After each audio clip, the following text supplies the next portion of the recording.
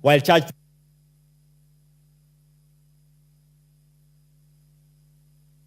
Oh, your time is up. Your time is up.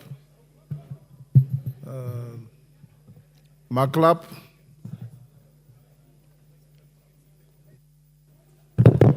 Thank you, Mr. Speaker. First of all, I want to declare that I'm a member of Finance, National Planning. And Mr. Speaker, I rise to put the record straight. Mr. Speaker, Finance Bill as proposed, putting the record straight, the original document, Mr. Speaker, is a creation of the National Executive. Where does these proposals come from the National Executive? Most likely, National Treasury and KRA. When it is committed to this House, Mr. Speaker, it is the honors of members of Parliament as representatives of the people of Kenya to now interrogate, and that is why there is existence of executive and Parliament, because Parliament represents the people of Kenya. Mr. Speaker, when a law is passed in this House, it does not affect people who voted for Azimio or who voted for Kenya Kwanza. It affects the people of Kenya across board, Mr. Speaker. Mr. Speaker, I have moved from the original bill, Mr. Speaker, because if we were to vote on this original bill, Mr. Speaker, all of us in this House, including members of Finance, could have voted to draw away this bill, Mr. Speaker. But, Mr. Speaker, our Constitution gave us separation of powers. Separation of powers, Mr. Speaker, here Parliament will now be able to sort out and protect the people of Kenya from the excesses of the executive, Mr. Speaker. Mr. Speaker, putting the record straight is that finance bill has been there even when I was very young. I could watch Parliament where a minister come and say, beginning midnight tonight, this is going to change. That was finance bill, Mr. Speaker. So, Mr. Speaker, when Kenyans try to us say reject finance bill, Mr. Speaker, you wonder whether in fact, our response to most of them is, which clause do you want us to reject? Mr. Speaker, our sitting down for 14 days as members of Finance Bill and listening to professionals and Kenyans was not an exercise in futility. We listened to Kenyans.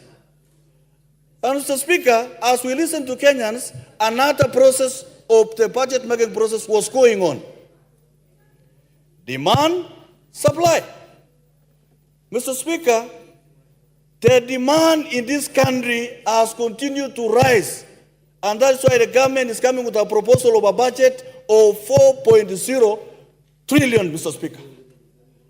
When these proposals were brought to this House, Mr. Speaker, just using the words of Junaid Mohammed, most of the members across board in this particular House, Mr. Speaker, rose to say, this is the best budget because it adds us money to constituencies, because it pays for the JSS teachers' confirmation. They actually gave rise in this House to support all the budgetary proposals in this House, Mr. Speaker. When it came to the supply, Mr. Speaker, where do we get the money to supply the demand? We get through ordinary revenues, Mr. Speaker. When you add, it will rise to 2.7 trillion, Mr. Speaker.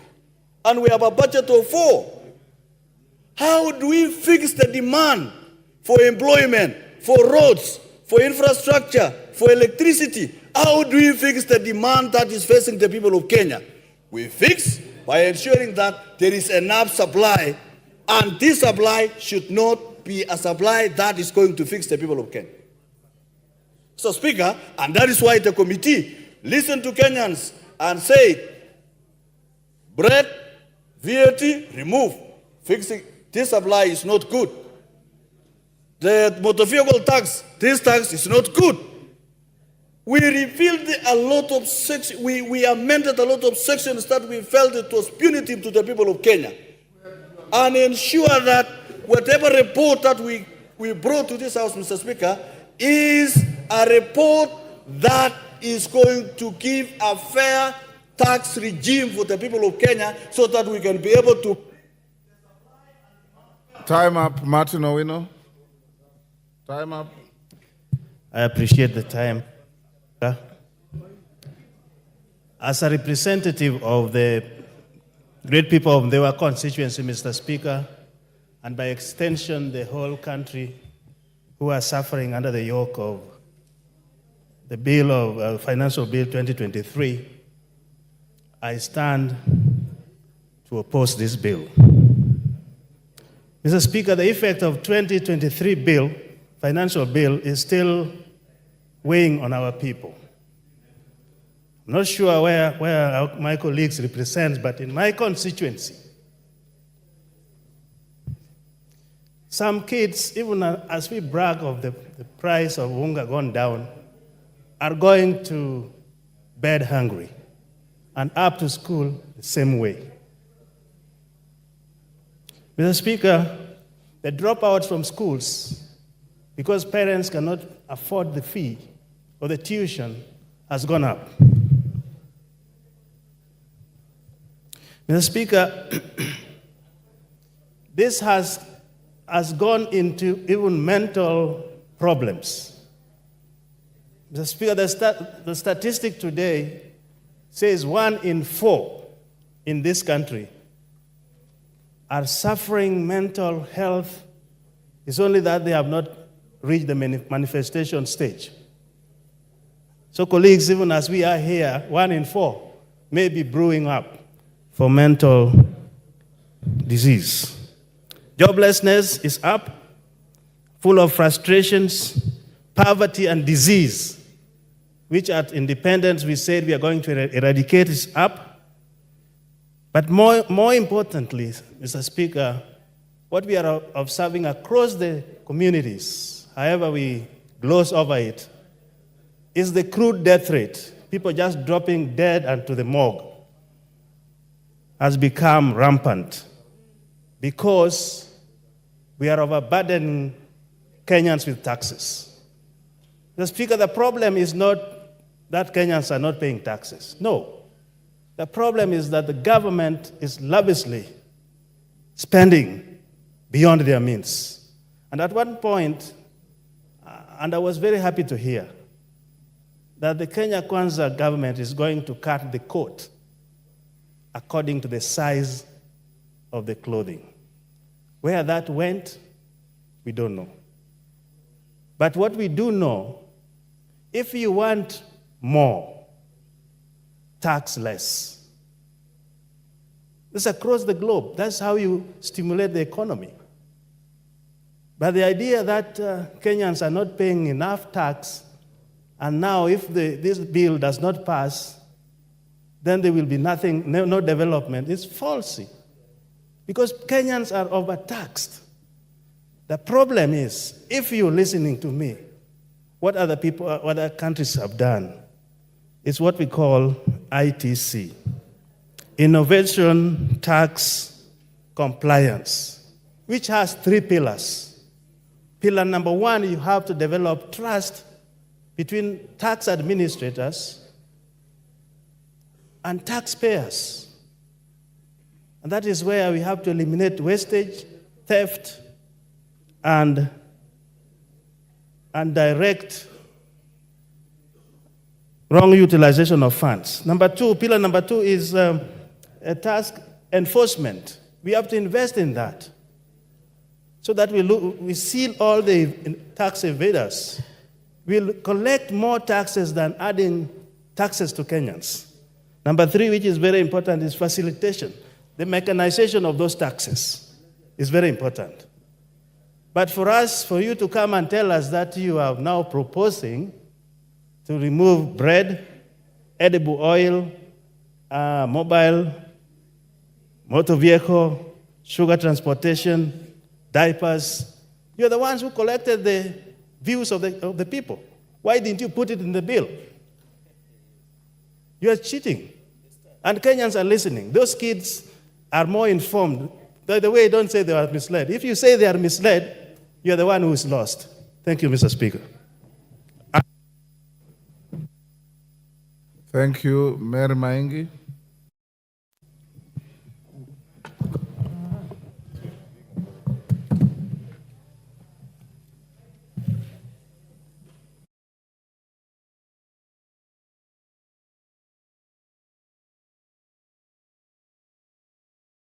Me this chance to contribute to this very important bill. Mr. Speaker, when we discovered the internet, it was to change the way we communicate and the way we do business. It is unfortunate that some of us are using the same social handles to mislead a gullible public, and others are also using it to incite members of parliament. Mr. Speaker, I want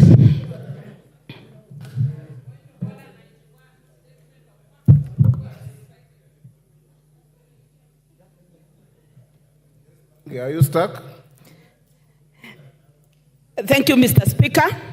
Allow me to inform my colleagues, those might not have read the Committee on Finance report and the Bill of Finance.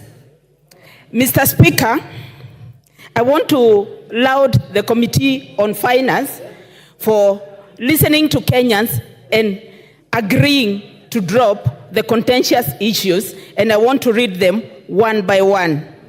Number one, 16% VAT on bread will be removed. Number two, excise duty on vegetable oil will be removed. VAT on transportation of sugar removed. 2.5% on motor vehicle tax removed.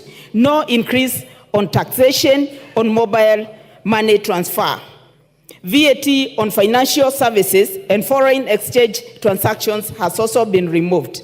Eco levy on locally manufactured products like sanitary towels, diapers, phones, computers, tires, and motorcycles is also removed. VAT registration threshold increased from 5 million to 8 million, reducing the need for small businesses to register. Responsibility of electronic invoicing, e-teams, by KRA removed for farmers and small-scale businesses with a turnover of below 1 million shillings. Excise duty on alcoholic beverages will be based on alcohol content, not volume. Higher alcohol content will attract more duty. Pension schemes exemption increased from 20,000 shillings to 30,000 shillings per month. Excise duty imposed only on imported finished products. Mr. Speaker, I want to take this chance to speak to three issues. I want to speak to the issue of pensions and the issue of excise duty levied on finished products and the issue of VAT on bread. Mr. Speaker, with pensions tax relief from 20,000 to 30,000, we are encouraging a savings culture in this country. We are going to encourage those that are employed to save, and that they are not going to be a burden to others when they retire, because they'll be having more money, which is tax-free. Mr. Speaker, there's no country that grows from imports. When we say that we are imposing a tariff on all the imported finished goods, we are protecting our local manufacturers. Mr. Speaker, by protecting our local manufacturers, we are saying yes to more jobs in this country, and more jobs are going to support hundreds of livelihoods in this country. Mr. Speaker, with the local manufacturers being supported, we are also going to be reviving some of those industries that collapsed that collapsed because of demand in this country. I am saying yes because I know with locally manufactured diapers, with locally manufactured sanitary pads, we are going to have, this country will see the revival of many gineries, including Moya Ginery, Mr. Speaker. Time is up. Mule.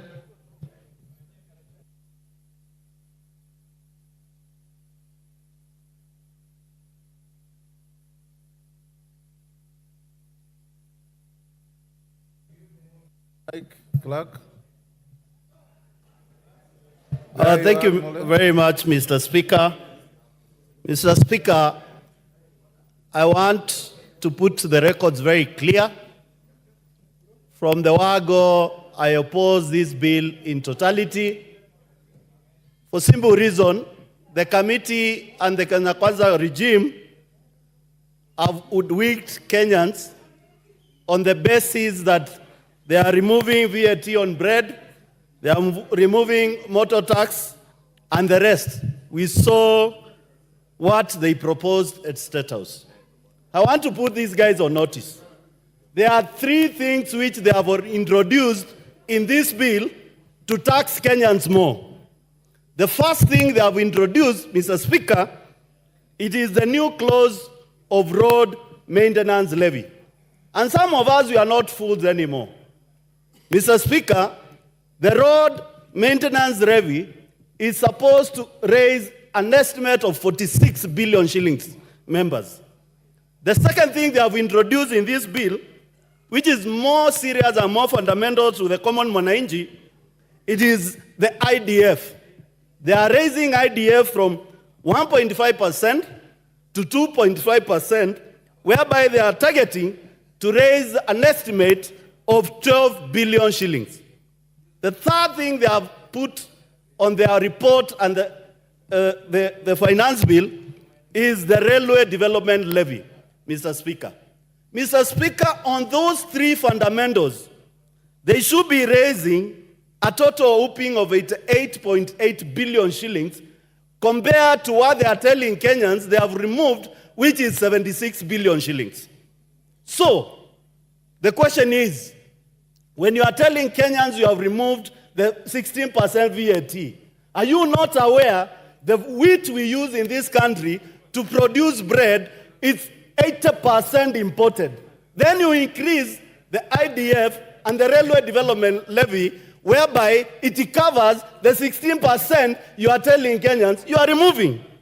Secondly, Mr. Speaker, look at the medical imports for the common mwananchi in this country. We as a country, we produce very little drugs. Quite a number of drugs, we import 70%, Mr. Speaker, of drugs to this country.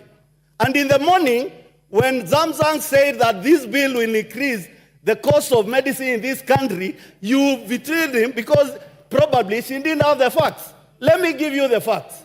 70% of drugs imported in this country will be subjected to railway development levy and IDF, which you have increased, meaning that any patient who is supposed to get drugs in this country, the cost of medication goes up.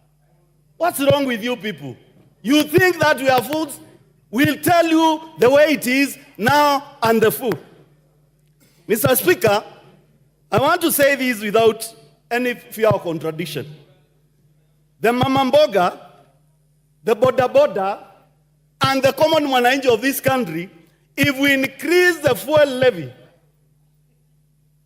through the maintenance road and through this bill, which is 7 shillings per liter, the common mwananchi living on less than $1 will not afford his life again. Mr. Speaker, is not a rocket science. The moment you increase tax on fuel products, you have changed the livelihood of Kenyans. So, Mr. Speaker, we should not waste any more time.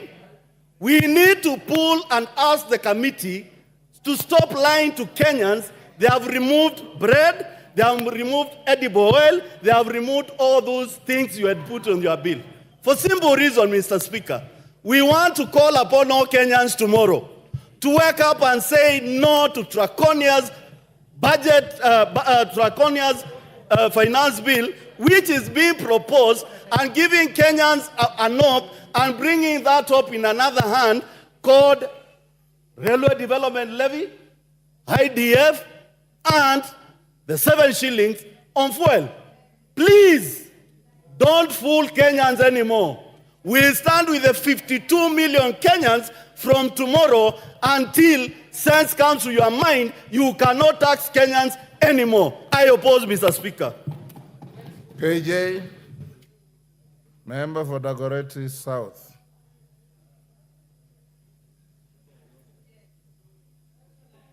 Mr. Speaker, I'm grateful that I have caught the Speaker's eye finally. And Mr. Speaker, this is where the finance bill belongs. And I'm so glad that we are here debating it. Because, Mr. Speaker, we've got a lot of work to do in clearing and disabusing the misinformation that has been peddled about this finance bill, Mr. Speaker. Misinformation that is even leading our children to the streets on wrong information. Children who have been made to believe that the finance bill is a one clause, one question that will come to the House and members will vote yes or no. Each of every one of those children that I have engaged when they came to my social media asking whether I'm voting yes or no, I asked them which clause, and none of them could respond because they're just responding to what is being peddled in the media. But the finance bill belongs to the floor of this House. And Mr. Speaker, we are able now to tell the truth to Kenyans that the finance bill is what is going to allow us to be able to fund each and every single project that was listed in the budget, Mr. Speaker. But most importantly, Mr. Speaker, we will also be able to talk to Kenyans about the process that we have undertaken, the work that has been done by the Finance Committee, the committee that has engaged Kenyans so robustly that the wishes of the Kenyans have now been heard. There were antagonistic clauses, Mr. Speaker, that were offensive to some Kenyans. These clauses, Mr. Speaker, have been attended to in the right place. And there are even proposals to drop some of these offensive clauses, Mr. Speaker. It is said that a lie has speed, but the truth has endurance. Kenyans were made to believe that when we were passing the budget here is the day that we were prosecuting the finance bill. Some of them were even coming out in the streets on the day we were reading the budget because the lie was too fast, Mr. Speaker. The lies that have been peddled in media, Mr. Speaker, have been too many. But today, we have the opportunity to put the record straight that if we have a theme that we can put on this finance bill, the theme is that we have a finance bill that seeks to make Kenya not a net importer, Mr. Speaker. Order, KJ. Yes, member for Busia County. What's the point of order? And under what standing order? Standing Order 91. Kenyans did not lie. They went to the street, and that is what prompted the editing of what you had already put. So let us not call Kenyans liars, but true citizens who cannot allow their country to go into a brink as they watch. Thank you, Mr. Speaker. Mr. Speaker, I might not have the time, I hope my time has been preserved, to take the Honorable Catherine Amayo through the process of budget making in this country. That this House is not moved by external forces. This House moves in its own motion, suo motu, on matters that have to do with budgeting. That the committee was already in the process of engaging Kenyans long before a fake demonstration was organized, Mr. Speaker. And the lie persists, Mr. Speaker, because even some of the photos that we were seeing out of the streets, I can tell you as a graphic editor that they do not belong to this country. Photos were being taken off the internet and being edited and posed as Generation Z. I am a photo expert, Mr. Speaker, and I can point out to you photos that were edited to look like they were in the streets of Nairobi, but they were not. But that was not the point, Mr. Speaker. My point, Mr. Speaker, I would like to let this House know that every digital image has a digital footprint. If a photo was taken in 2020 and is being used yesterday, we can tell from the metadata of that photo, Mr. Speaker. So there is no debate about that. Mr. Speaker, the truth of the matter is that we have a finance bill that seeks to move Kenya from being a net importer so that we can have cottage industries, Mr. Speaker. We can start our own manufacturing. We can reward any Kenyan who seeks to, and preserve a minute for me, Mr. Speaker, because of the interruption. I was saying, Mr. Speaker, that this finance bill allows us to tell the truth to Kenyans. For a whole 2 months, Kenyans have been told that the economy is in dire straits. But all indicators, Mr. Speaker, are telling us that the economy is moving in the right direction. Inflation is dropping from 9% to 5%. Time up. Time up. Time up. Dick Maungu. Order, honorable members. Merely you contributed in silence. Please accord the same silence to your colleagues. Thank you, Speaker, for the opportunity given that I may also add my voice to this important debate. I wish to start from the word go, that I, on behalf of my And people of merely you Rwanda, came here and told me you'll not bully any young MPs. Now you are doing exactly the opposite. thank you, Speaker. Go on, Maungu. I, on behalf of the great people of Rwanda and the young generation of this country that came out yesterday to speak for themselves, I do want to say that I reject the bill. Mr. Speaker, the finance bill of 2024, just like that of 2023, has been a highly debated piece of legislation, Mr. Speaker, simply because it has been very offensive. Mr. Speaker, we'll agree that if given a glass of water and somebody drops in a drop of poison, that whole glass becomes poisonous and therefore unfit for human consumption. Finance Bill of 2024 is an equivalent, Mr. Speaker, of a glass of water that has been poisoned with a drop of poison that makes it fully unsuitable for human consumption. This bill, Mr. Speaker, has had serious proposals which to a great extent were going to offend and if anything, kind of harass the very many people that depend on the economy of this country, Mr. Speaker. There is a talk about having climbed down on some of the proposals, Mr. Speaker. But, Mr. Speaker, having a proposal on what is basic, for example, what most of us eat, most of the Kenyan people in the common household, Mr. Speaker, consume bread. And therefore, proposing an increase in the same element of food becomes a disastrous idea to the very Kenyan, Mr. Speaker, that we purport to represent. Mr. Speaker, you'll agree with me that Finance Bill of 2023 had a projection of collecting close to over 200 billion, Mr. Speaker. But as it is, it was only able to realize close to 57% of its initial target. 2024, Mr. Speaker, this bill is poised to bring in close to 302 billion, Mr. Speaker. But from the experience of last year, it may be quite a big target to achieve, Mr. Speaker. Our question, therefore, is, why couldn't the government of the day decide to postpone any new increment of taxes for the time being, Mr. Speaker, to ensure that they are able to put steps in place to help them realize the shortfall they had last year, Mr. Speaker. Mr. Speaker, yesterday we saw what has never happened in this country, where a young generation, people in their early 20s, Mr. Speaker, came out to speak for themselves because they felt and believed that this House could not stand in the gap for them, Mr. Speaker. It is embarrassing, Mr. Speaker, to see our young people, Mr. Speaker, sacrificing themselves to go out on the streets because they have lost confidence, they have lost trust, and they have no hope in the institution of Parliament, Mr. Speaker. Mr. Speaker, let it be known that should Kenyans suffer, the person to ask those hard questions is none other than members seated here this evening, who will be able to pass this bill, Mr. Speaker, which will add unnecessary burden, unnecessary heavy weight to our people, Mr. Speaker.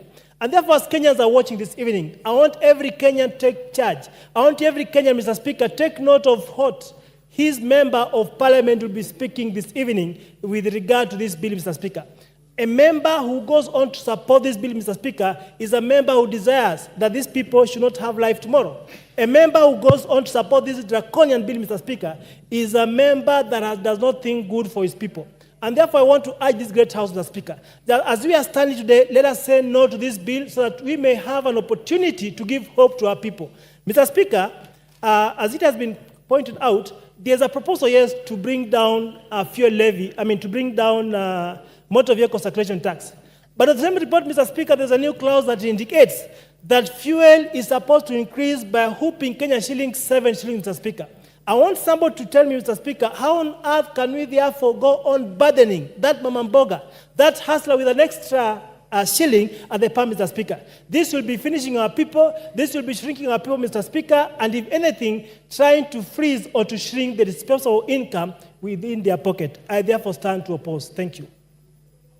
Titus Lotte. Give him the mic. Thank you, Mr. Speaker, and thank you for giving me this opportunity to contribute to the Finance Bill 2024.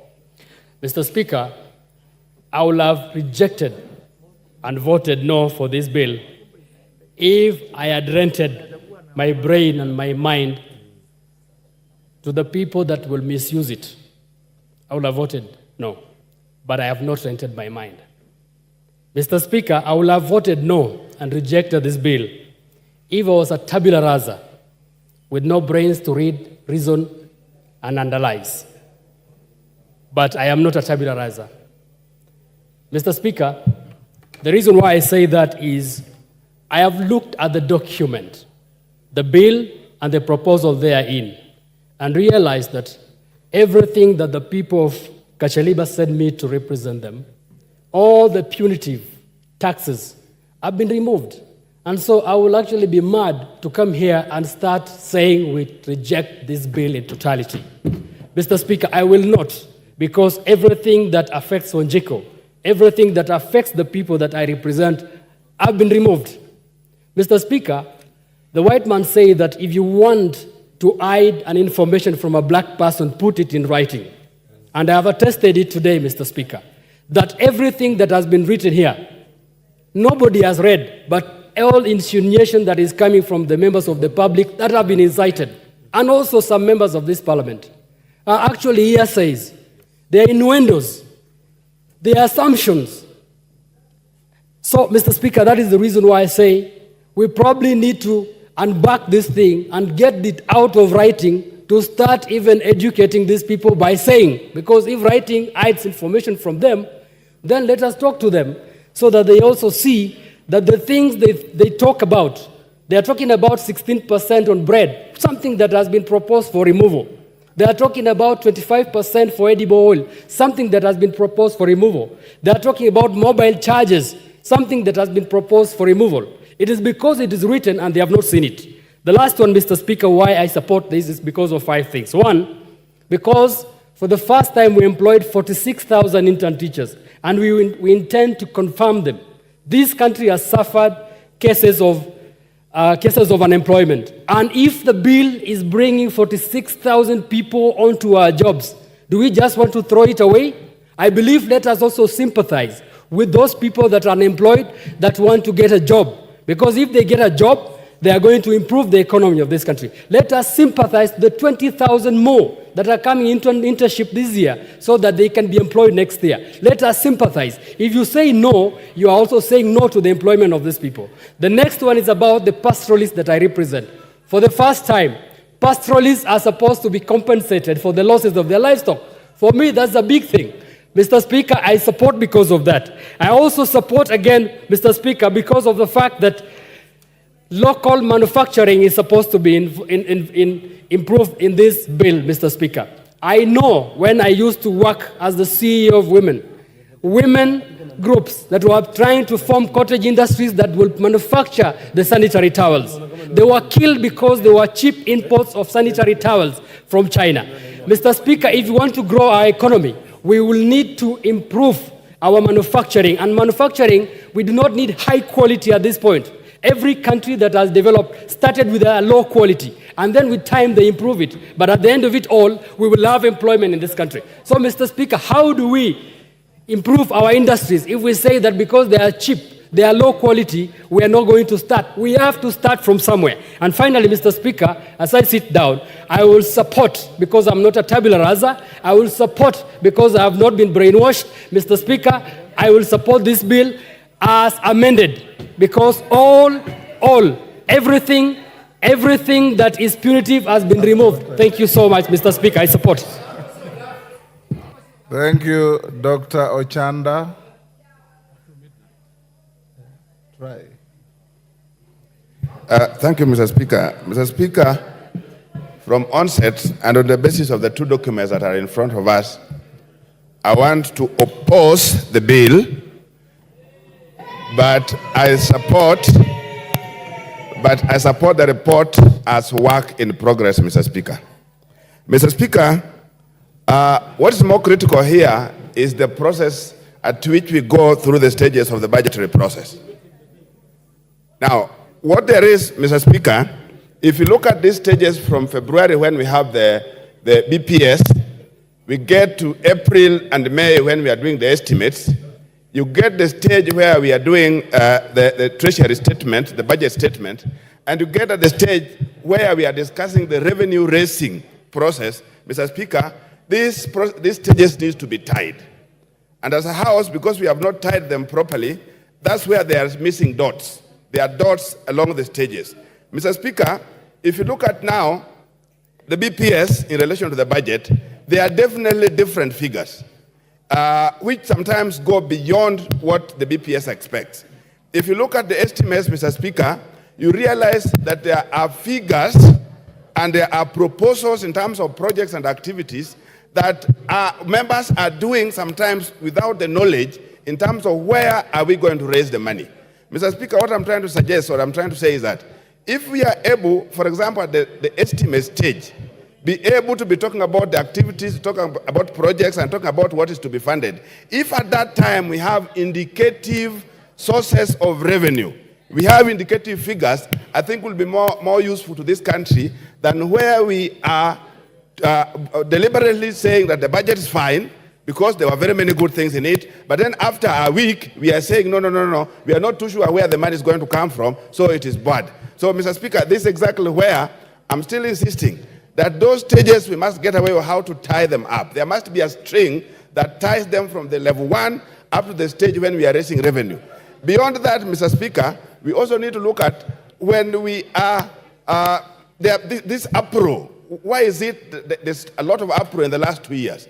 We need to look at it in terms of if the traditional sources of revenue were working before and there were no issues, what is it that we need to do to work around the traditional sources of revenue such that we don't go creative ways which are bring a lot of issues, bring a lot of things that people don't understand, particularly when you get into this communication industry. There are a lot of new things. And when you move in to look for revenue across it, then there are definitely many things that must tie you to be in war with the young people, Mr. Speaker. So I think these are things that we really need to look at. The issue of, when we're looking at the issue of budget or no, the revenue, there are things that you can avoid. You can avoid taxes. I think the nation needs to be told also. But you can't evade. What is it that you can avoid? For example, not everybody else pays for taxes on beer. It is up to those who consume it. You can avoid that if we get into other avenues where there are things that are brought that are not conducive, are not good for you. You have the space not to get into them. Mr. Speaker, that's exactly what I'm saying. I support the report, but I don't support the bill because the report is still work in progress, and in the next number of hours, we are still working on how to improve on it, Mr. Speaker. Thank you. Thank you. That is his position, Maungu. You don't have to prod anybody. Member for Aldai. Thank you, Mr. Speaker. I rise to support the finance bill. Member for Nakuru Town East. What is out of order? Kaitanyi, take your seat. Thank you, Honorable Speaker. I know everybody thinks that I'm moving under Standing Order number 95. Honorable Speaker, I beg to Standing Order number 30, hours of meeting, and specifically Section 3, 4, and Section 6. Honorable Speaker, Section 3 of Standing Order number 30 says, notwithstanding paragraph 1 and 2, the House may resolve A, to extend its sitting time. B, I don't want to go to B because it's another time and date, and C. 4, it says, a motion under paragraph 3A shall be moved at least 30 minutes before the time appointed for adjournment. And Honorable Speaker, now it's around 55 minutes to the time. And 6 says, upon the conclusion of all proceedings under paragraphs 2, 3, and 4, or 4 of this standing order, or upon an earlier completion or deferment of all business standing upon the order paper for the sitting, the Speaker shall adjourn the House without putting a question. Honorable Speaker, I know we are supposed to adjourn at 9. And under the standing order, we can be able, if we agree, to proceed. Honorable Speaker, 55 minutes only means 11 members of Parliament who have at 5 minutes. So if we can move to midnight, then it will give us more time for us to be able to debate. Thank you, Honorable Speaker.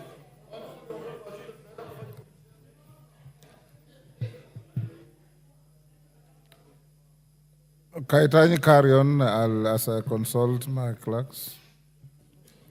Thank you, Mr. Speaker. I had earlier said that I stand to support the finance bill. And one thing we can see now in the country is that the conversation has changed to become politics of about a finance bill. My grandmother in the village and the Generation Z that we saw yesterday and everybody else, including us here, are talking about a finance bill, which is a step in the right direction. Why do I support the finance bill? One is the introduction of eco-tax.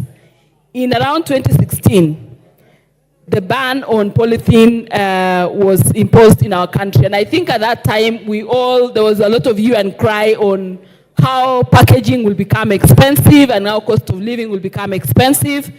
But NEMA stood its ground and the effect of the polythene ban took effect. Today, our country is one of the cleanest cleanest country because we do not have polythene papers. But we have imported finished products that have polythene. And I think introducing the eco-tax will help us in managing that waste that we've already removed from our raw materials and all the way from our local manufacture where we do not introduce any polythene. Over and above the tax, the eco-tax, it is going to create employment because we are saying that we are putting eco-tax on imported finished products. And therefore, we encourage manufacturing, local manufacturing. And if we encourage local manufacturing, what we are expecting, Mr. Speaker, is that we will get employment for our very youth who currently do not have employment because most manufacturers would prefer to do local manufacture and not pay eco-tax as opposed to importing finished product that will attract an eco-tax. Also, the products or the raw materials that we have in our country that are currently exported for value addition outside the country will have a reverse where those raw materials will be value added and the persons or the people, the farmers and all those people who produce the raw material will get direct, not only direct employment also, but also direct income, therefore increasing the tax base.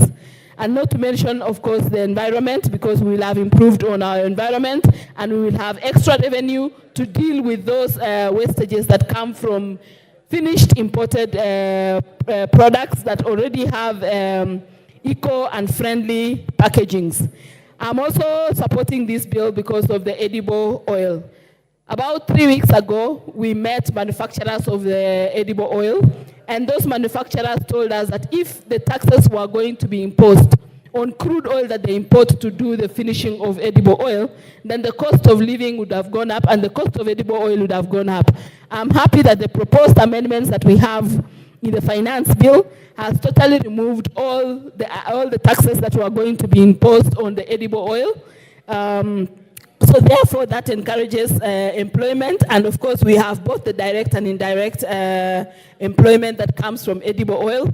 The only thing I want to encourage is that these manufacturers look local and ensure that our farmers who are currently growing sunflower and canola are also considered in terms of production of crude vegetable oil, is in the conversion of edible oil, so that we don't just export labor or export revenue to countries that produce crude oil, yet we can grow it in our country. I think the other issue that we have that this finance bill is taking care of, Mr. Speaker, is that it is correcting some of the ills that has happened in previous finance acts. One of them being that the cost of money, for example, the taxes on per diems for employees has now been increased from 2,000 shillings to 5% of gross salary. That means that an employee will have more disposable income, and as well as the taxes on NHIF and housing levy has now been put as tax deductible. So therefore, we reduce the pay as you earn for the salaried employees, and that has allowed the salaried employee to have more disposable income, which is something that is a correction from the previous finance bills. And therefore, when we say that the finance bill is not should be disbanded, should be rejected, then some of these ills that are being corrected in this finance bill will not be benefited by the salaried employees. So with that, Honorable Speaker, I support the finance bill. Thank you. Thank you. Before I give the next speaker, Honorable Kikaria, I have looked at your proposal. I had already given direction on the timings and the manner of debate of this bill. In fact, I had said we'll go up to 9:30, but the clerks advised me that today the House rises at 9. So we'll rise at 9. This is not the last day of debate. We are starting again tomorrow at 9:30. And we'll go on up to 1. Then we'll start at 2:30. And in the course of the afternoon, I can also note, sitting where I'm sitting, that other than the desire and the need, and justifiably so, for every member to speak to the bill, there is a lot of tedious repetitions. But I will still indulge every member who will get a chance to speak. Tomorrow afternoon, all things being equal, we will vote on the bill. Those of you with amendments, make sure you file them before 1 and tomorrow. And we'll give you direction on when, after voting in the afternoon, depending on how you vote, when we'll go to committee of the whole. I'll now give the floor to Lillian Kogo.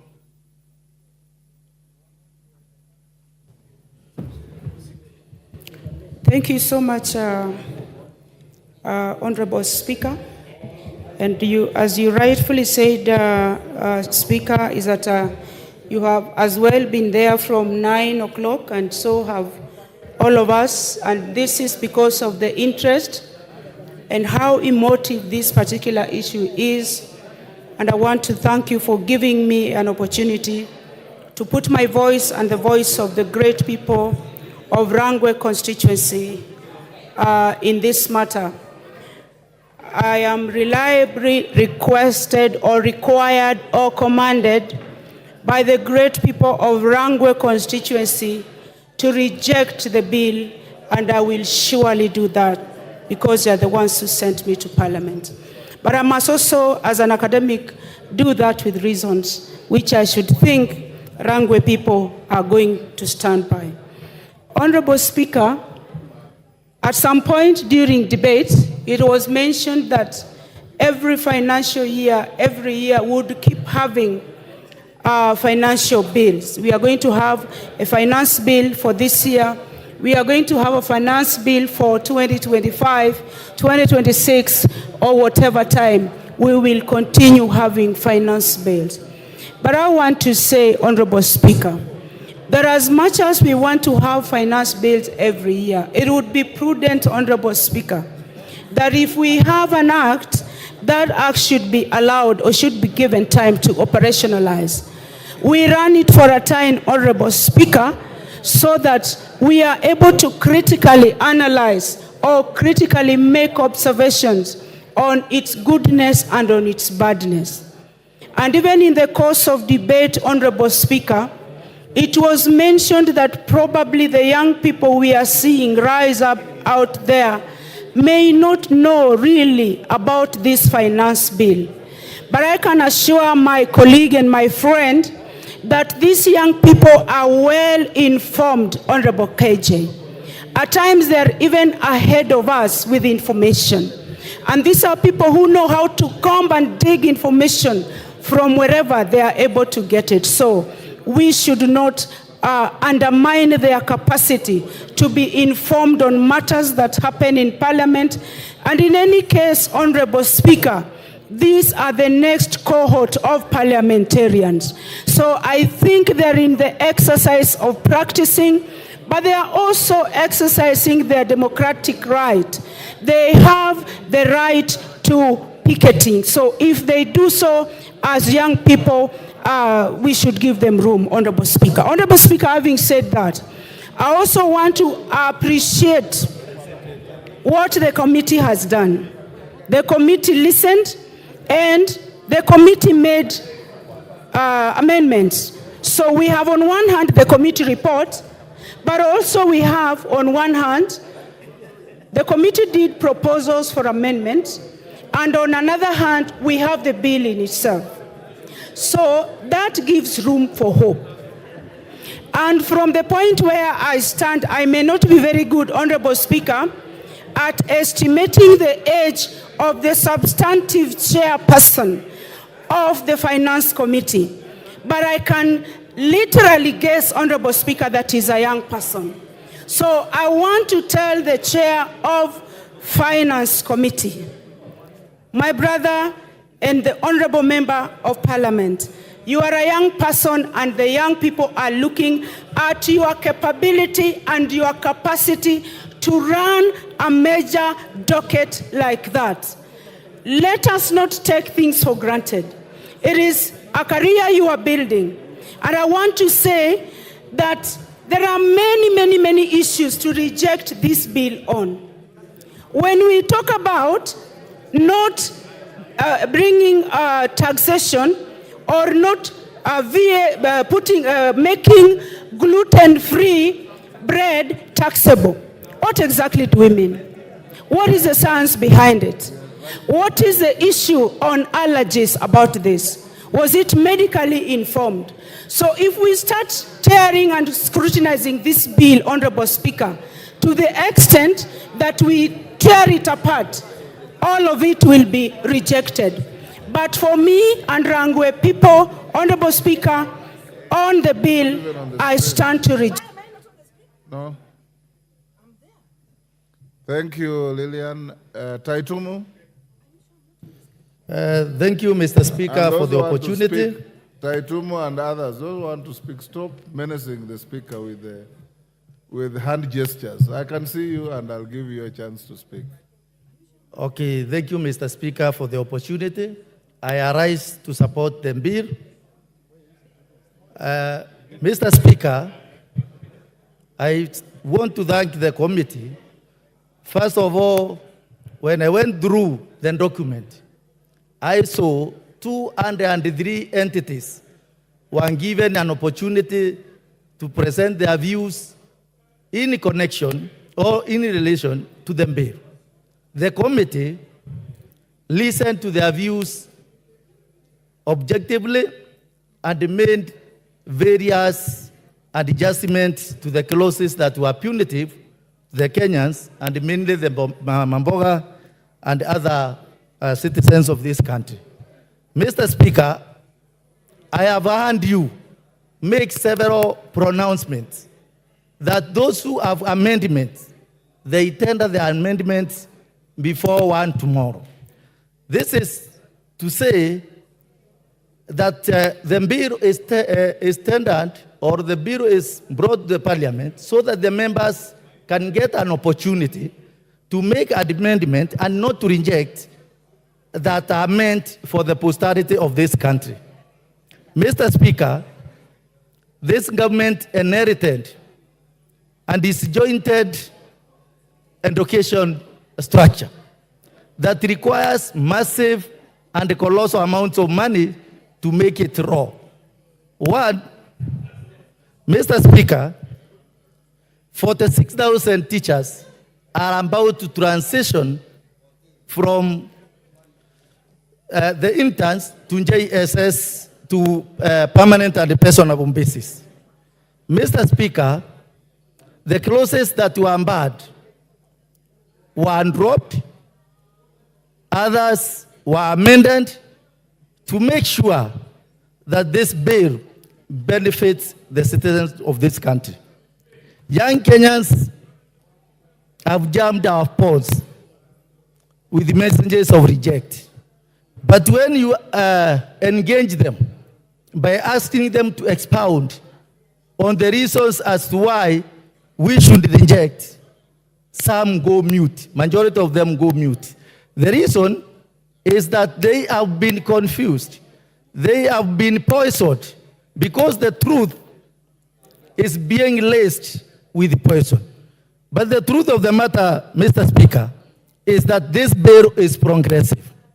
It is progressive in the sense that punitive clauses that would have affected these Kenyans were removed. For instance, the motor circulation tax was removed. This one would have drastically affected the Mambaboga, anybody who uses the vehicle, those who transport the cabbages, the tomatoes and the rest, or those who use even provox and other modes of transportation to make sure that their merchandise reach the market. Mr. Speaker, this is the first time when the salaried people will have pay as you earn deducted after the statutory deductions are removed. This one will have a positive index on their net pay. And for this reason, it shows that this bill is good. Taxes on mobile phones transfers, they have remained as they were, and they have not been handled as it is seriously exaggerated. On VAT on financial services for foreign exchanges, Mr. Speaker, those transactions, those exchanges have also remained as they were. VAT on bread, Mr. Speaker, it was very contentious.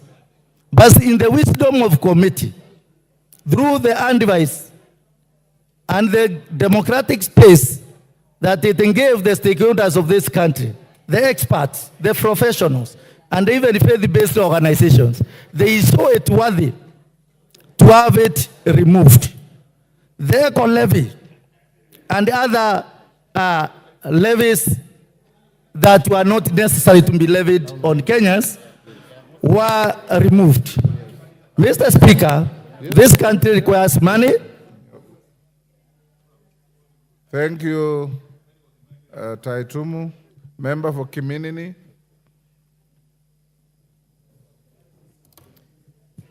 Thank you, Mr. Speaker, sir. Representing the good people of Kiminini, we know that this finance bill is supposed to be a mechanism to raise funds for the government programs. However, if the government widens the taxation mechanism that affects the people, then I have a right to represent my people and indicate where it's not right. Secondly, Mr. Speaker, we must reduce and rationalize our expenditure. We must live within our means. Looking at this particular bill, Mr. Speaker, we completely left out the principle of a sovereign state whereby the Bretton Woods are the ones dictating what we have to put in our budget. Someone sitting in Washington and the IMF does not really understand the pain that the local Kenyan goes through by inflicting a specific taxation on bread, things like sanitary pads, an example. And I would like to say, Mr. Speaker, it is also important that the templates that have been provided by the World Bank, which have worked in other countries like Croatia or wherever, using those templates in Kenya, it cannot work. So it is very clear that, Mr. Speaker, and again, looking at the other side of the House, if you look at something like diapers, you expect that having mostly the younger generation on that side will take care of basic items like diapers. This morning, Mr. Speaker, I saw the presentation by the majority leader, which listed 4 companies that are producing diapers and even sanitary pads. But figures don't lie. If you look at those 4 companies, they are not able to meet the demand of the sanitary pads or the diapers that are produced in this republic. Meaning that majority of those items that are used in this republic are actually imported. What I would have expected from this bill, Mr. Speaker, is for the bill to also state good mechanism where we're encouraging even manufacturers to come in and manufacture locally. Basically, what this bill has done is to try and protect some local manufacturers and, of course, not promoting competency or proactiveness. We should not, in the spirit of protecting local manufacturers, try to put more taxes, especially on critical items like this. And Mr. Speaker, this reminds me in 1775, between the month of April and May, where we had, within the month, we had over 300 riots, which were actually the bread riots. And yesterday, we've seen actually people hitting the streets because of that. And I'll not be surprised, Mr. Speaker, if we don't panel beat this and ensure that we have a good financial bill whereby we will make history as the first country, not just on the continent, but globally, where we will have riots of diapers or sanitary clothes. So, Mr. Speaker, my expectation from this presentation, we having a lot of minerals. We've got iron ore, we've got copper, graphite, magnesia, nickel, all this we have. I would expect that there are smarter ways of seeing on how we can really utilize and take advantage of our natural resources. An example, Mr. Speaker, I'd also expect that on items that are causing some social disorder like alcohol, an example, we focus on such items where we put even 100% taxes. But touching on items like bread, like sanitary pads, that one I think, Mr. Speaker, really creates a lot of fault on this particular bill. So at this point, Mr. Speaker, I oppose this bill. Thank you. Timothy Toroitich, member for Marakwet West. Give him the mic. Thank you, Honorable Speaker, for giving me an opportunity to contribute on this very important bill. Honorable Speaker, from the onset, I rise to support the letter, the spirit, and the intent of this particular piece of proposed legislation. Honorable Speaker, but with a rider, I support the same, Honorable Speaker, as proposed by the committee. Honorable Speaker, the reason why I say I support the bill with the amendments by the committee is for the reason that, Honorable Speaker, the bill as it was brought to this House is a bill that was in the mind of the executive. Honorable Speaker, the reason why this House is given time to interrogate a bill is so that we can get the input of the members of parliament here and also get the input of the members of the public through public participation. Honorable Speaker, when the Committee of Finance went to collect the views of the public, Honorable Speaker, they never went to collect the views of Kenya Kwanza public. They never went to collect the views of Azimio supporters. They never went to collect the views of individuals. They went to collect the views of collective Kenyans. Honorable Speaker, if there was no amendment to this bill, personally, I would have opposed this bill. But because of the amendments that has been reflected in the report of the committee, I will support the bill purely based on the proposed amendments by the committee. Honorable Speaker, there were acrimonious, there were contentious clauses in that particular bill. But Honorable Speaker, courtesy of the amendment, the members of the public were told about the 2.5%.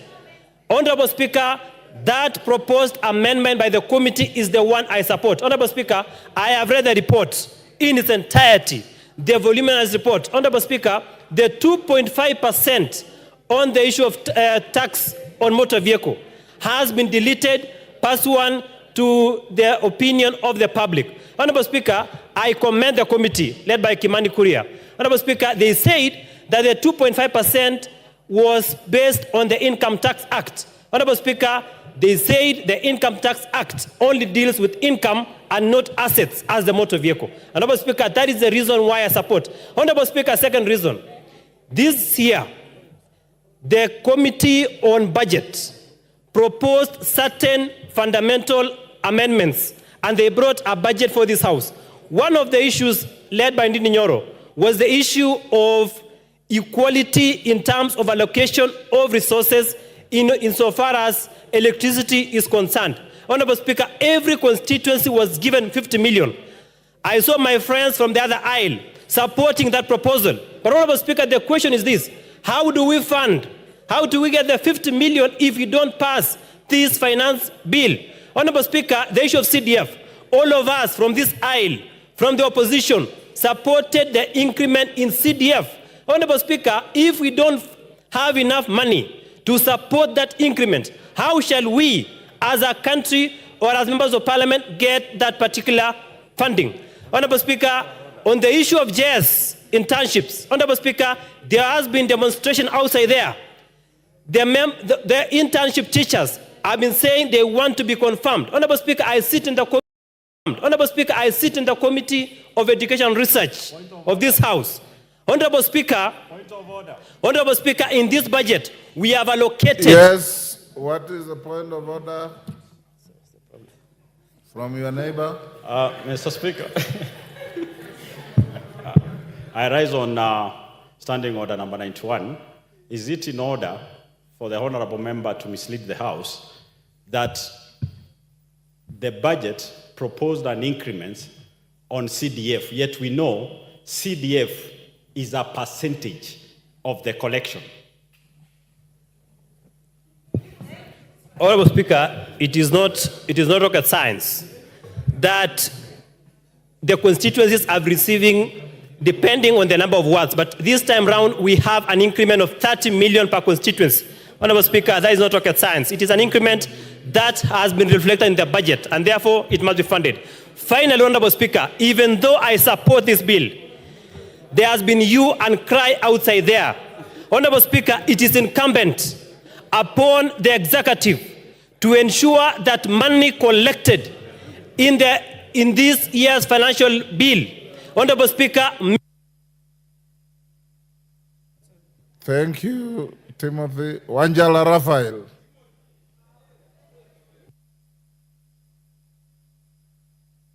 But my card is here. The card is here. Wanjala shall be heard in silence so that he can be able to be silent when others speak. Yes. Thank you, Mr. Speaker, sir. I beg to oppose this motion.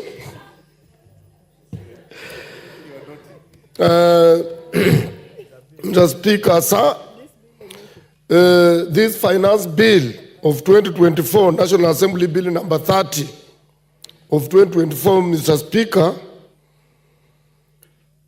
I am also cognizant to the fact that this bill went through the first reading on 13th May 2024 and was committed to the departmental committee. on Finance and National Planning for Consideration Committee and reporting to the House under the provision of Standing Order number 127. Mr. Speaker, sir, I'm also cognizant of the fact that this bill has 65 clauses and seeks to amend laws on matters such as the Income Tax Act, Cap 47, 1, the Value Added Tax, Cap 476, the Excise Duty Act, the Tax Procedures Act, Cap 469, among others. And Mr. Speaker, you have heard some members saying that if we oppose this bill and it collapses, they say then we will not be able to collect taxes.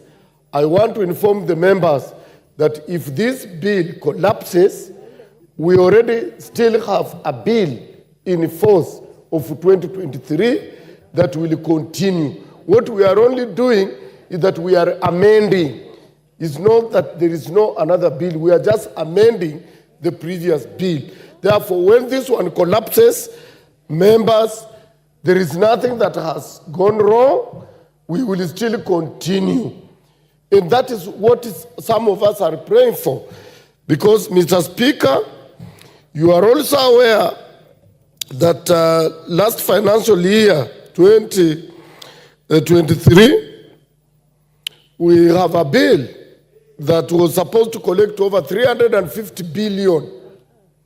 Now, in this one, 2024, we are proposing, 2024-2025,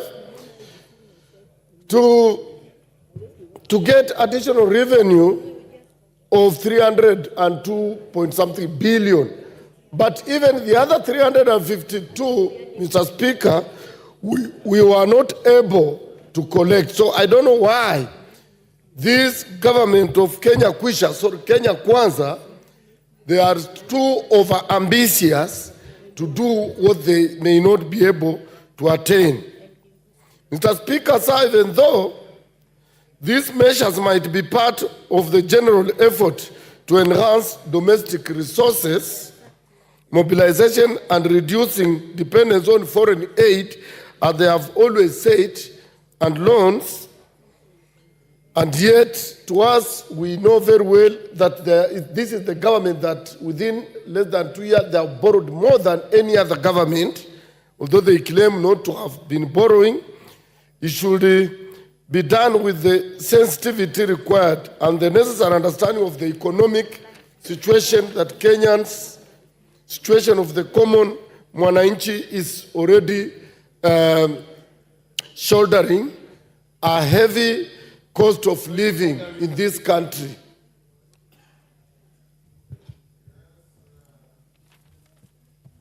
Member for Changamwe, what's out of order? Is it in order for the Honorable MP, who is actually a member who has been here for quite a long time, he's actually reading instead of debating? Thank you, Honorable Member for Changamwe. I was actually about to bring it to the attention of Honorable Raphael Wanjala that it is out of order to read a speech in the guise of a debate. And you are a very senior member of the House. You know the standing orders. You can make reference to some aid memoir, but you cannot read a speech the way you are reading a speech. It is not maiden either. Yes, go ahead and debate the bill. Wanjala. Mr. Speaker, actually, I'm not reading, I'm referring. You are reading, but go on now. Mr. Speaker, and you also didn't ask him which standing order. That is the biasness we are talking about. Yes, Kimani, order, Wanjala. Is it in order, Honorable Speaker, for the Honorable Wanjala to misinform this House that even if the budget, even if the finance bill were not to be passed, then the budget process would still continue? And he quotes the Constitution. So, Article 220 of the Constitution, Honorable Speaker, on the form and content and timing of budgets, says 1, budgets of the national and county government shall contain A, estimates of revenue and expenditure differentiating between recurrent and development expenditures, B, proposals for financing any anticipated deficit for the period to which they apply. Therefore, it is a constitutional requirement that when a budget is tabled, there must be the supply side of that expenditure as proposed on Article 220 of our Constitution. Yes, Wanjala. Mr. Speaker, I'm not opposed to what he is saying. What we are doing, we are just amending. And when you are amending and a section you have amended collapses, the other act still continues. That's what I said. These are just newcomers. They don't know how these things happen. My husband.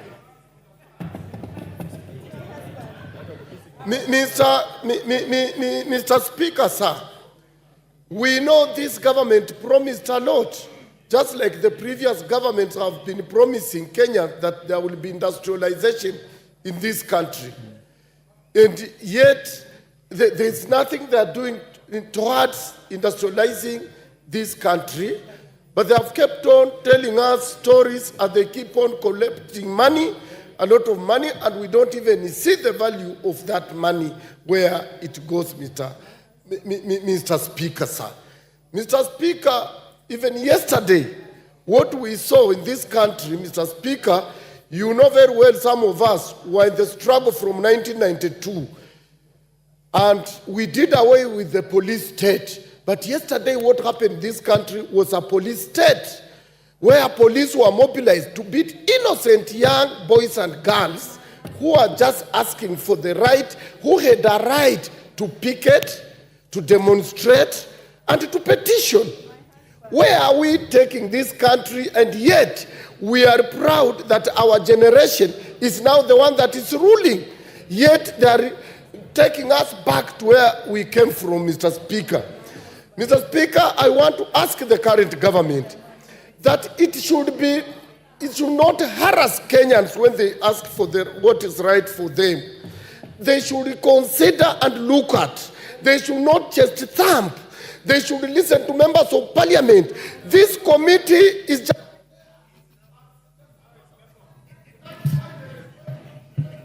Thank you, Honorable Wanjala. And the lesson you learned today is you can see how nice it is to speak without anybody heckling at you.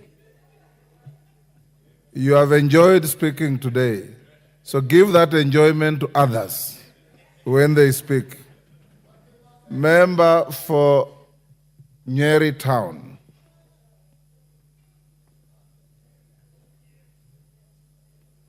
Thank you, Honorable Speaker. I rise to support the finance bill as amended by the proposal or by the report of the Finance Committee. And I urge the chair of the Finance Committee to ensure that by 1 o'clock tomorrow, all the amendments that the committee has proposed are rightfully before this House. Mr. Speaker, I have spoken to the people of Nyeri Town who elected me. I started with the Archbishop Muheria of the Nyeri Archdiocese, who even gave me the report that he presented before the Committee of Finance during the public participation. And Mr. Speaker, I have spoken... Order, Madenge. What is out of order? Honorable... Is it Masara? Yes, yes. Yes, Honorable Masara. Mr. Speaker, the member is out of order because we cannot call, I'm a Catholic by faith. The bishop cannot come and confirm to us in this house that the member of parliament talked to him. So, under Standing Order 91. Order, Honorable Mr. Masara. Speaker. Order. Do you have any information to the contrary? He says he spoke to a bishop in his constituency. What's wrong with that? Mr. Speaker, under 91. Order, Masara, you are out of order. Okay. He's not even using the bishop as an authority to advance his argument. He's just saying he spoke to him. Go on, Madenge. Honorable Speaker, I have spoken to my constituents in the market in Nyeri town. I have spoken to my constituents in Gatito location. I have spoken to my constituents in Rolengo location. And I have listened to their proposals and their objections to the finance bill as originally tabled in this House. Their concerns have been adequately addressed in the report tabled by the Finance Committee in this House. And as a result, Mr. Speaker, all the JSS teachers in the 43 primary schools in the constituency who had been requesting me for permanent, for PNP employment, I can today proudly, in this House, confirm to them that through the funds raised using this finance bill, their employment is guaranteed. I can confirm to the doctors who went on strike in this country over money for interns and their collective bargaining agreement that was not implemented, that the promise given to them will be funded through this finance bill. I can confirm to the coffee farmers of Nyeri and Mount Kenya region that the debt write-off that has been promised by the government, the funds will be raised using this finance bill. Mr. Speaker, the executive brought their proposal to this House. This House has the mandate to look at the proposals by the executive and either agree with them, reject them, or amend. It is incumbent among us tomorrow, if you do give direct that way, Mr. Speaker, that we exercise our mandate as a House and contribute towards the advancement of this country in terms of the budget that we passed in this House. Mr. Speaker, we started by passing the budget policy statement that indicated that we would have increased expenditure this financial year. Where did we expect the money to come from? If, when the proposals are brought to us, then all we are doing is saying reject in its totality. A lot of the young men who sent messages to my phone, I engaged them and asked them to specify the particular sections of the bill that they wanted me to say no to. A lot of them just kept saying reject in totality, meaning they had actually not interacted with the document, but they have been fed to believe that this finance bill had nothing good for this country. On the contrary, none of these members has rejected the increase in the CDF allocation in the constituencies. None of these members has rejected the employment of the JSS teachers in their constituencies. None of these members has objected to the payment of the doctors' salaries as promised during their strike. Honorable Speaker, I sit in the Health Committee. We have proposed to implement UHC. None of these members have opposed the provision of improved health services for our people.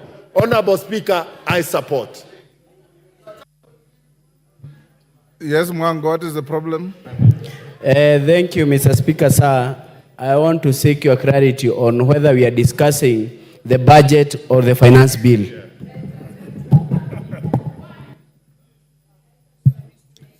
There are contemporaneous processes. TJ Kajwang.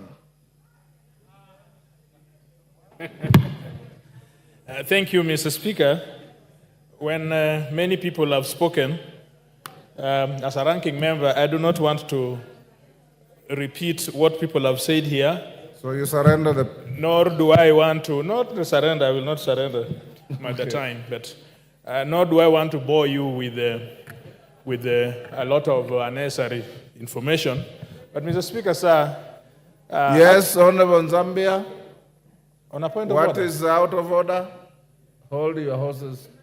Kajwang. Give Honorable Zambia the mic.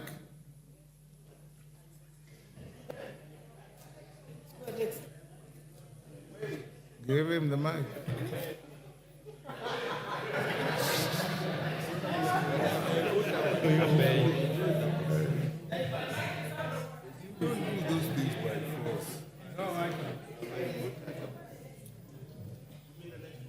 Give him the mic.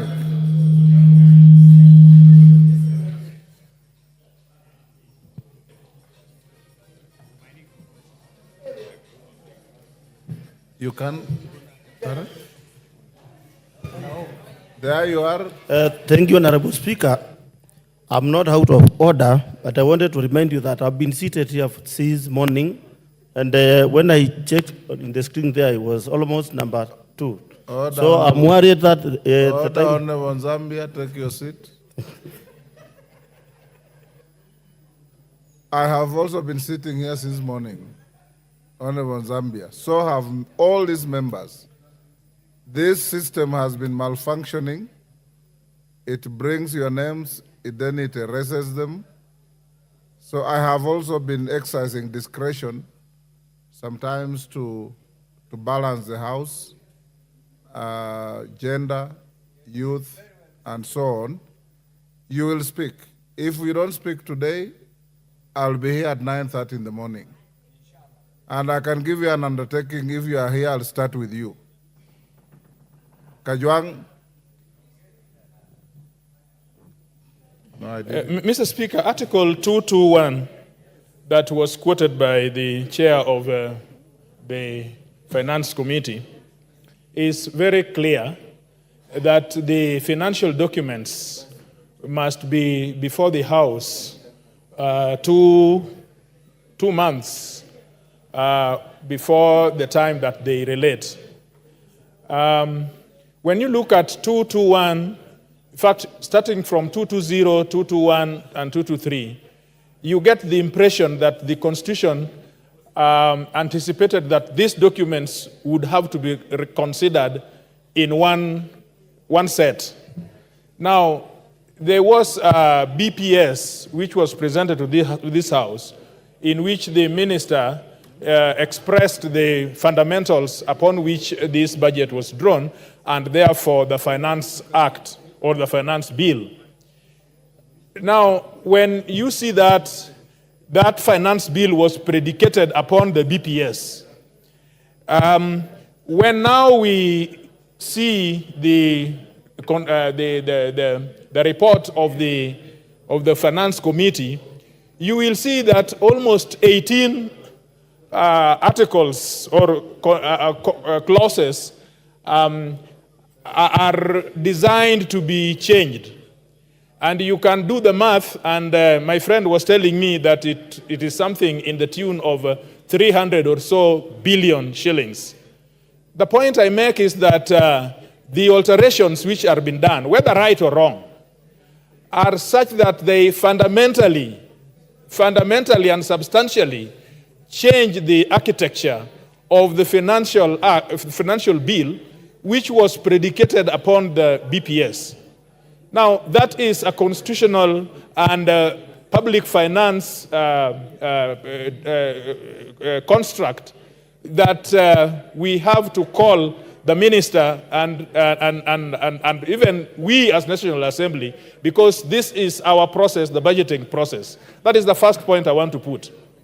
And so when we say that the details are good, or we are changing things and so on, then think of, if anything else, a constitutional construct which must guide the budgeting process. And members of the public are entitled that we do good governance and follow the constitutional principles, number one. Number two, somebody said, and this is the only point I want to repeat, somebody saying it is giving with the right hand and taking from the left hand. You can still work the maths and see the amount that is said to be given out, in this bread tax and so on, which is being made right by the committee, you will still see that in actual fact, that amendment which is seeking to introduce RLMF is substantial enough to absorb all these things that they are bringing. And let me tell you, Kenyans, you are not going to pay fuel. It is not going to be more expensive. What these people are timing is your electricity. It is your electricity. It is that amount which shows every day on your electricity bill, which supports the extraction of power, generation of power. That is what this thing will be all about. And so when you think about all these things, it is, and Honorable Nikal told me, and it was from very good authority from his own wife, who's a professor also, vice chancellor. He told me that this budget is a decoy. It is a decoy. It is made to look like, it is like a glass. And yet deep inside it, it has done even worse than it should have been. But now you are being told that we are very, we like the public, we listened to you, and we have changed. Nothing has changed. And the last thing is, when we will come to the appropriation, the only two things which will happen, either they will amend the Appropriation Act to be able to absorb this, or they will borrow more. And so Kenyans will be even in a deeper shit. Oh, no, that is not parliamentary. I'm sorry. Parliament will be in a deeper hole.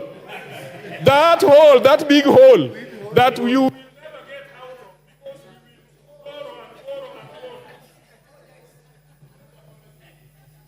Thank you. Munyori.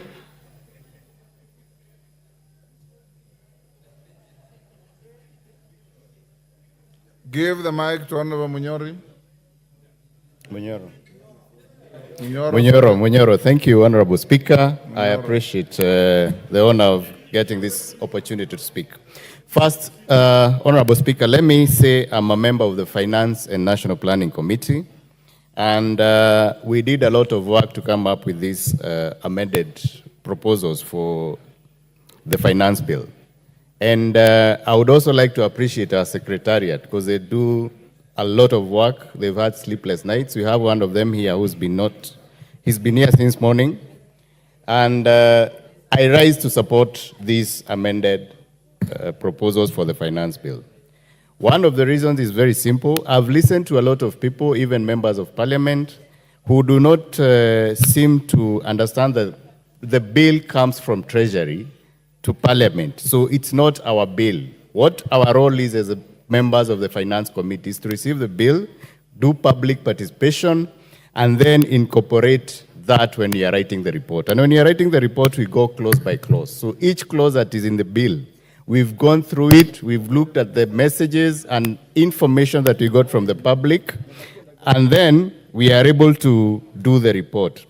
One of the reasons I support the bill is the issue of we had issues with avocado farmers from the last finance bill when they were told that they should need to register for items. And I'm happy that clause 51 and by extension clause 57 is coming to rectify that process so that any farmer who is having a gross turnover of less than $1 million shillings per year is not eligible to register for items. I'm also happy that we've removed tax on craft paper because our tea uses this paper for packaging. And that will go a long way in ensuring that our tea is competitive and farmers get their rightful money. The other issue, I think, is the issue of allowable, that is the housing levy, social health insurance, and NSSF, which were previously not allowable, and they are now allowable in the pay slips. And if you look at your pay slips, initially you'd get the payee before you get those three deducted. So that means that they'll be deducted first, and this is for all employees, which is putting more money because the payee will be less there. The issue of borders. I'm happy that we'll be able to assemble our border borders here. And I know, because that is a very large community, and we've been here discussing helping the people who are at the bottom of the pyramid, is that we expect that the cost of border borders will be less, and that they'll be able to encourage more of youngsters who want to go in self-employment, get the same income. When you look at the appropriations bill, I think it is fair, because I know in this parliament we're able to know that we will get money for our Mau Mau roads which have stalled. And for my people in my constituency, I think this is a very good thing, and that's why I intend to pass the bill. I know we've also been allocated money for electrification, which is 50 million for each constituency, and I'm happy that as well for my constituency. I know we are also getting more money for the coffee cherry fund, and I think for all coffee farmers, this is a plus, because we need to get to support our farmers, and this is coming as a result of the finance bill. So without the finance bill, I think we cannot be able to do what we are planning to do. Lastly, Honorable Speaker, the issue of KRA, there was a proposal by KRA, and I've had it mentioned here. We've proposed that the KRA cannot be able to access data, and this is our report. So there is a member of parliament who said something about the same, and I would like to say that in the proposal, we rejected that, where they wanted to access all our data, all our information, our electricity bills. They wanted to access everything. And I say, we need to go through this report. Lastly, I had a very good proposal from a member of parliament who is proposing that because you are trying also, when you are doing the report, to know how you can be able to differentiate between hatching eggs and table eggs. That proposal, you need to bring that amendment. Bring it to the House so that you know if the people who are using the hatched eggs, they are able to show that they use the eggs for hatching and for chicks. So I wish you bring it, and I know as members who are reasonable, we'll be able to adopt it. Thank you, Honorable Speaker. Zambia.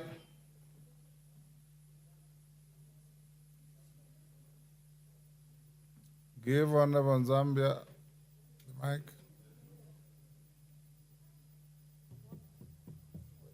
Give me the mic.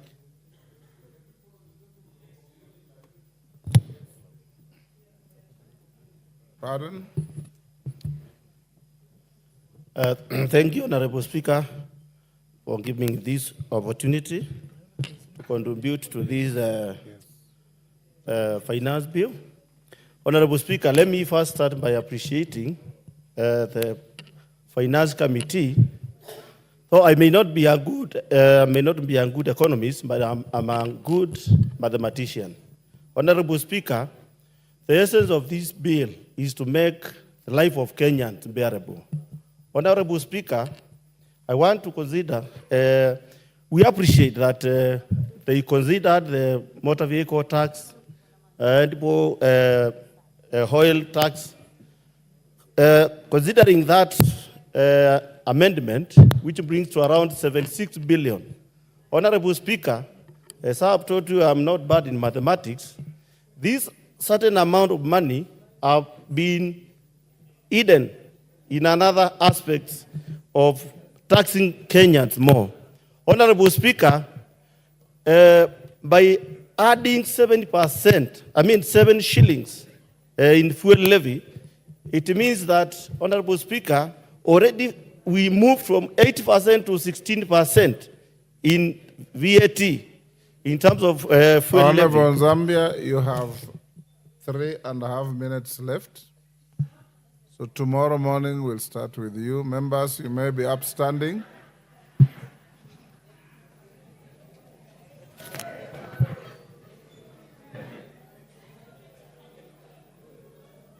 Honorable